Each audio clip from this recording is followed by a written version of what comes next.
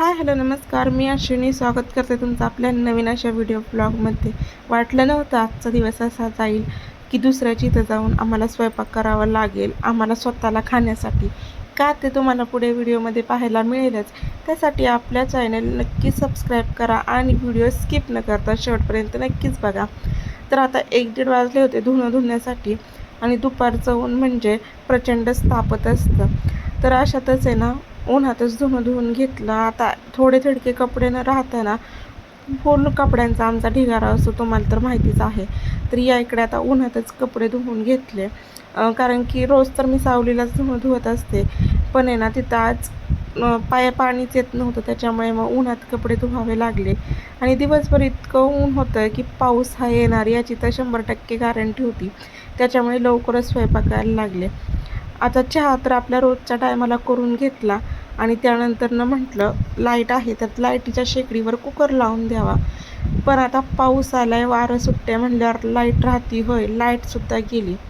मग काय कोळशाची शेगडी पेटून घेतली आणि त्याच्यावरच मग कुकर लावून दिला। आणि या इकडे ना मागच्या वेळेस इतका पाऊस झालता की त्याच्यासोबत विजा पण कडाडत होत्या। तर त्यालाच कृष्णा इतका भिलता की तेव्हापासून कधी पण पाऊस येईल, वारं वगैरे सुटेल ना, त्यावेळेस ना तो कडेवरचा अजिबात खाली उतरत नाही। आणि कसं होतं ना, लाईट वगैरे गेल्यावर अख्ख्या घरात अंधारच असतो, त्याच्यामुळे तो थोपतोय ना थोडासा भिल्यासारखा करतो। तर या इकडे ना प्रचंड असं वारं सुटत होतं आणि नुसता पाऊस असल्यावर काही वाटत नाही, पण वारं म्हटलं ना की भीतीच वाटते। तर या इकडे तुम्ही पाहू शकता किती वारं सुटलेलं आहे आणि जिथं स्वयंपाक करायचा ना तिथं पूर्णपणे पाणी झालं आणि थोड्या वेळानंतर अजून आहे ना तिथं म्हणजे पाणीच साचलं होतं। तशात पण आपली जी कोळशाची शेगडी आहे ना ती मात्र चालू होती। आता याच्यावर तर आपलं कुकर होऊन जाईल, पण बाकीच्या स्वयंपाकाचं काय करायचं। तर बघा आता आम्ही पुढे काय केलं, थोड्या वेळाने ना पाऊस मात्र थांबला होता, पण लाईट नव्हती। आणि लाईट जरी आली असती ना तरी त्या शेगडीला करंट येण्याची भीती असते आणि जी चुली पुढचे जे सरपण असतं ना ते पूर्णपणे ओढलं झालं होतं।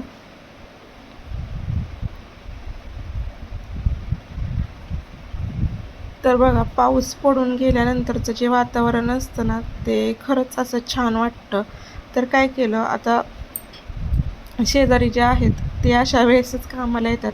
गावाकडे मात्र एवढं असतं बरं का, आपली तर काय झालं किंवा त्यांची तर काय, एकमेकांना भरपूर असं सहाय्य करतात। आता त्यांच्या घरात गॅस वगैरे चालू होता, त्यांचा स्वयंपाक चालू होता, पण मग त्यांच्याच इथे ना मी बाहेर त्यांची चूल पेटवली आणि त्याच्यावर मस्त अशा भाकरी करून घेतल्या।